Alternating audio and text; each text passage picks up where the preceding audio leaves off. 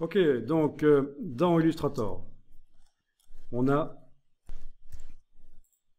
le calque 6 qui contient notre lettre P. Alors, je vous rappelle qu'au final, l'exercice que vous devrez faire, c'est créer une lettrine, une lettre. Et bien sûr, toutes les lettres de l'alphabet pourront être créées par la suite, mais on va déjà se focaliser sur créer une lettrine grâce aux brushes diffuses et brushes de motifs utilisés ensemble sur un style graphique. C'est déjà de l'Illustrator très avancé, hein. Intermédiaire avancé, je dirais. On n'est pas au niveau de ce qu'on a vu tout à l'heure, les gradient mesh, mais voilà. Alors, je vais l'appeler lettrine niveau 0. Je vais dupliquer ce calque, donc je l'amène sur le signe plus ou sur le bloc de feuille. Je vais l'appeler lettrine niveau 1. Le dupliquer à nouveau. Lettrine niveau 2. Et encore une fois. Et je pense que ce sera la dernière fois. Ce sera suffisant. Donc j'ai la même chose dans les 4 calques, puisque c'est une copie. Il y a 4 calques. Évidemment, tout le reste aussi, c'est dupliqué. Tout ce qui est autour, c'est pas très grave.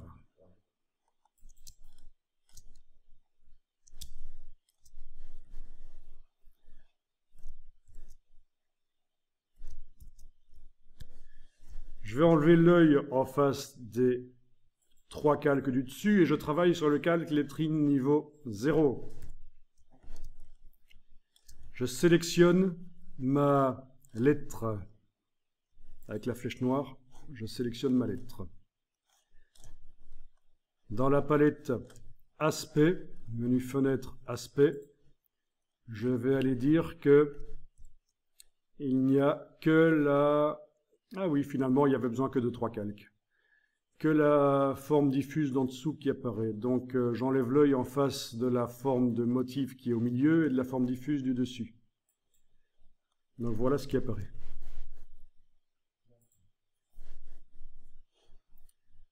Je vais maintenant travailler sur le calque du niveau supérieur, ici, niveau 1.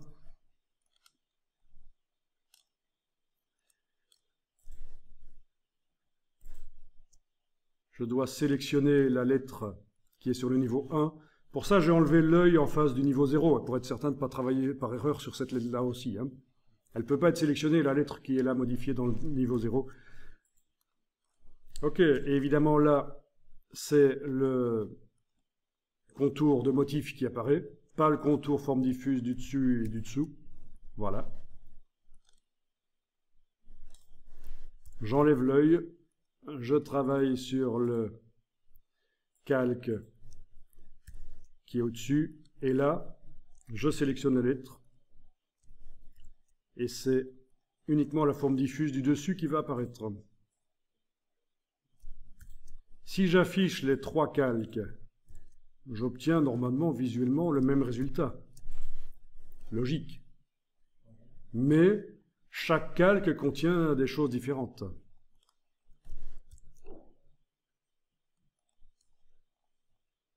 Chaque calque contient des choses différentes. Le niveau supérieur, le niveau du milieu, le niveau d'en dessous. Et ça, c'est très bien. Finalement, le calque niveau 4, je vais le jeter. Il ne sert pas ici. Ouais. Voilà. Bonne question. Donc, tu me demandes si on aurait pu faire ça avec un seul calque en ouvrant, par exemple. En ouvrant, oui, on aurait pu aussi, oui, dupliquer. Ce serait le même principe si on ne fonctionne pas avec une brush multiple dans la palette aspect comme ça. On pourrait aussi enlever des yeux en face de certains objets comme ça. Oui, tout à fait, tout à fait. Mais alors tu appelles ça un sous-calque, mais c'est pas un sous-calque en fait. Ce sont des objets à l'intérieur d'un calque. Parce qu'un sous-calque dans Illustrator, c'est une notion, c'est un calque secondaire et, tu vois, on le crée comme ça. C'est un calque à l'intérieur d'un calque. Et moi, je le montre pas, en fait, ça. Je ne le montre pas. Donc, le terme important, c'est un objet à l'intérieur d'un calque. C'est ça que tu voulais dire. Oui, on pourrait très bien, si on a une illustration, dupliquer plusieurs fois le calque qui contient l'illustration, aller enlever des yeux. On peut aussi faire du transfert d'objets d'un calque à l'autre, s'il fallait. Les deux méthodes fonctionnent. L'essentiel est d'avoir des calques avec différentes choses et on va pouvoir maintenant mettre à jour le fichier sur le disque dur. Je vais faire fichier enregistré, donc mon fichier qui s'appelle pour motif 39, motif 39 pour Photoshop, je le mets à jour. Voilà, fichier enregistré. Et puis je vais faire l'export des calques vers Photoshop.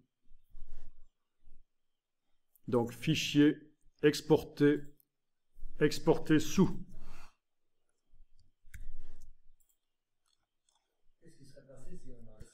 Le nom du fichier n'a aucune importance. C'est juste pour mon organisation personnelle, le nom du fichier. Là. Ah oui, au niveau de la mise à jour des fichiers dans Photoshop, ça n'a aucune importance non plus parce que jusqu'à présent, j'ai fait du importer et incorporer. Je n'ai pas fait de lien. Donc, si le nom des fichiers change, ça n'a pas d'importance. C'est pour ça que c'est bien, quand on est débutant, de faire de l'incorporation plutôt que du lien. Voilà. Alors, je suis dans la boîte exporter, format Photoshop, PSD. Alors ici, utiliser les plans de travail, sélection 4, c'est le plan de travail 4 que j'exporte. Voilà. Alors ici, dans la boîte d'exportation, vous êtes en RVB? Oui, on était passé en RVB à un certain moment. Ok, on peut choisir la résolution, puisque ça va créer des pixels, c'est important. Écrire les calques, vous pouvez décocher les choses ici. Lissage, illustration optimisée sur échantillonnage, c'est bien aussi. Ok. Alors comment je sais que c'est le plan de travail 4 que je devais exporter? Si vous activez l'outil plan de travail, ça vous le met ici. 4. C'est le 4e. Ah oui, on a aussi une palette plan de travail. Menu fenêtre, plan de travail, qui vous permet de passer d'un plan de travail à l'autre. Comment que ça fonctionne encore ça? Oui, voilà.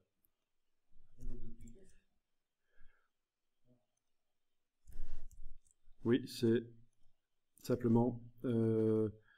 honnêtement, je n'utilise pas beaucoup parce que c'est pour faire du web. Surtout que les plans de travail comme ça. On peut faire des projets de site web dans Illustrator. Il y a possibilité, quand on met des éléments sur un plan de travail, que ce soit reporté automatiquement sur les autres plans de travail. Enfin, comme sur une maquette de site web, quoi, hein, comme sur une page web, quoi. Hein. Voilà. Ok, donc je vais aller voir dans Photoshop, là. Fichier, ouvrir. Ah oui, c'est plus une importation, là, puisque c'est un fichier Photoshop. On n'importe pas un truc qui est externe à Photoshop. C'est du Photoshop. Voilà. Et je me retrouve avec les différentes choses. Voilà. Je vais créer un nouveau calque pour quand même avoir un calque de fond. Voilà, je vais le faire passer en dessous. Je vais le remplir par du blanc. Édition, remplir avec blanc normal 100%, sans cocher ça bien sûr. Voilà, c'est du blanc.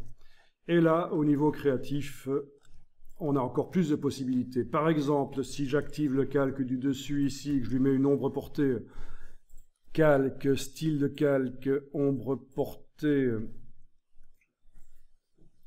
voilà.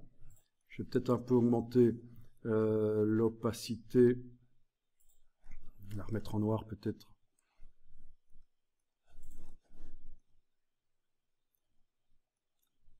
Voilà, on devrait remarquer que l'ombre se met sous les feuilles d'arbre du calque. Voilà. Si je veux modifier la couleur de la forme de motif, Je clique sur ce calque-là. Menu calque, style de calque, teinte... non, excusez-moi. Menu calque, style de calque, c'est pas ça. Menu calque, calque de réglage. Nouveau calque de réglage, voilà. Menu calque, nouveau calque de réglage, teinte, saturation. On peut utiliser les raccourcis. Je pourrais utiliser aussi les items de menu ici pour les calques de réglage. Touche Alt, je clique pour que le calque de réglage n'agisse que sur le calque d'en dessous. Ici, curseur teinte, voilà. Voilà. OK. Les cerises changent de couleur aussi, puisqu'elles sont sur le même calque. Plusieurs solutions. Il y a le ciblage, ici. On pourrait cibler uniquement les orangés, c'est-à-dire des jaunes, et affiner le ciblage ici, par la suite. Mais le plus simple, je pense, c'est encore d'aller dessiner à l'endroit des cerises des petites taches noires dans le calque de réglage, comme ça elles ne seront pas affectées par le réglage, si on veut qu'elles restent rouges. Enfin voilà, il faut réfléchir vraiment. Et en infographie, c'est ça, je suis en train de vous expliquer des choses techniques, mais le but, c'est pas la technique nécessairement. Le but, c'est quand même la créativité avant tout. Et maîtriser la technique, c'est intéressant parce que justement, on va pouvoir se focaliser sur la créativité en évacuant tous les problèmes techniques, enfin le plus possible en tout cas. Donc, c'est ça l'infographie, c'est maîtriser la technique justement pour pouvoir l'oublier et vraiment se concentrer sur l'essentiel, c'est la créativité. Ok. Tiens, je vais transférer l'ombre portée que j'avais mise sur les feuilles du dessus. Je vais en transférer une copie sur les feuilles du dessous. Donc, je prends ça avec la touche Alt. Je le déplace là. Et on a une copie. Voilà. C'est ça, on a une copie de l'ombre, de l'effet spécial sur les feuilles d'en dessous. Voilà, il y a plein de choses à faire encore au niveau du texturage, du grain, tout ça, ça peut être sympa. Ici, c'est un calque pixel. Si je vais mettre filtre, bruit, ajout de bruit, ça va ajouter du bruit. J'y vais fort là pour qu'on le voit.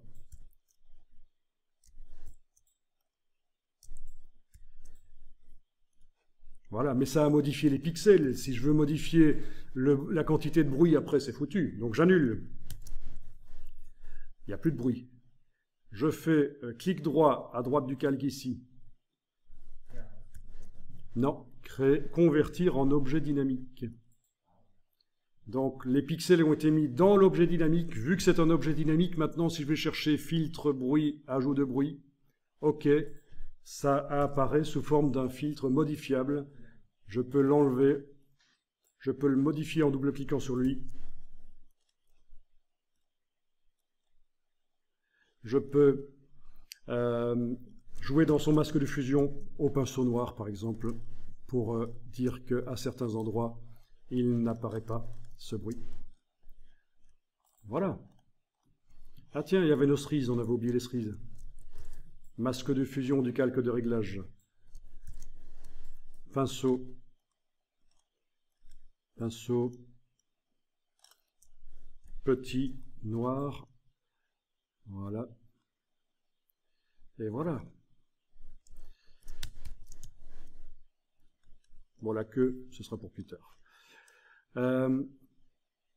Ok, tiens, pas de bruit sur les cerises, c'est ici.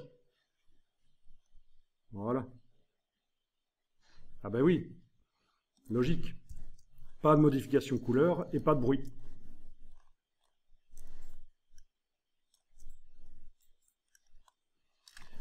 Bon, voilà en gros, hein, c'est vite fait.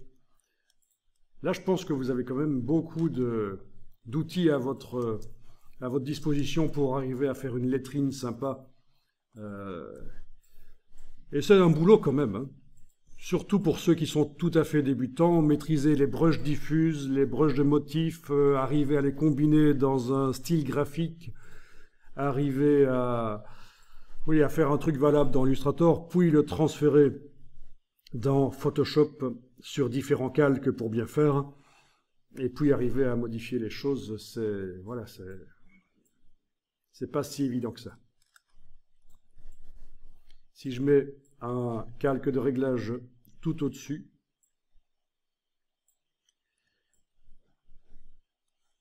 sans l'écrêter, il va agir sur tout ce qui est en dessous, et ça me permet aussi de faire rapidement des recherches au niveau des couleurs. Là aussi, vous pouvez enregistrer régulièrement sous un nom différent pour garder toutes vos versions. Ça peut être bien.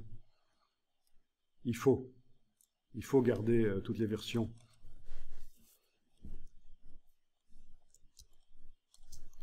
Ok.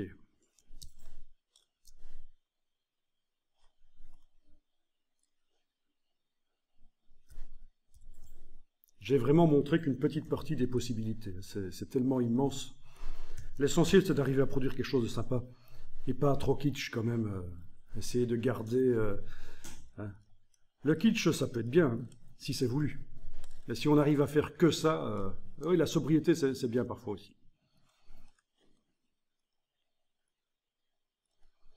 Ok.